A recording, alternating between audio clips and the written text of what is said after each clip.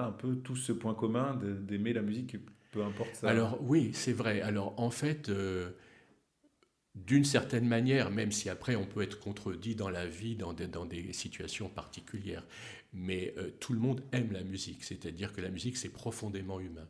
Mhm. C'est quelque chose d'indissociable de l'humain. Bon, alors je dis des choses un peu bébêtes, toutes simples, mais on a deux jambes. Quand on marche, on fait déjà du rythme. C'est Mhm. déjà un rythme binaire. Un, 2, un, 2. Et on voit bien que les très jeunes enfants, on a des expériences de ça, ils vont se mettre à danser sur une chose ou reproduire une mélodie, la chanter. C'est Mhm. vraiment inhérent à l'être humain. C'est indissociable de l'être Ouais. humain.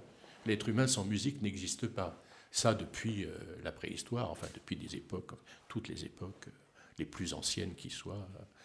Et la Mhm. diversité des peuples et des cultures, il y a des musiques différentes, mais elles reposent tous sur des principes communs qui sont le rythme, la mélodie, bien sûr. On entend bien que c'est pas pareil, mais Comment l'écrit. on l'entend bien? Parce que vous, ça me paraît évident, mais comment on l'entend bien? Oh, non, mais vous le savez sans doute, même les gens qui ne connaissent pas de manière approfondie, euh, bon, très grosso modo, reconnaître une sonate de Mozart pour Mhm. piano. Bon, je ne peux pas la décrire là comme ça, Ouais. mais enfin, ça a un caractère bien particulier qu'on peut qualifier de clair, enfin, de simple. C'est très complexe, hein, mais il y Mhm. a une espèce de fluidité et de simplicité naturelle.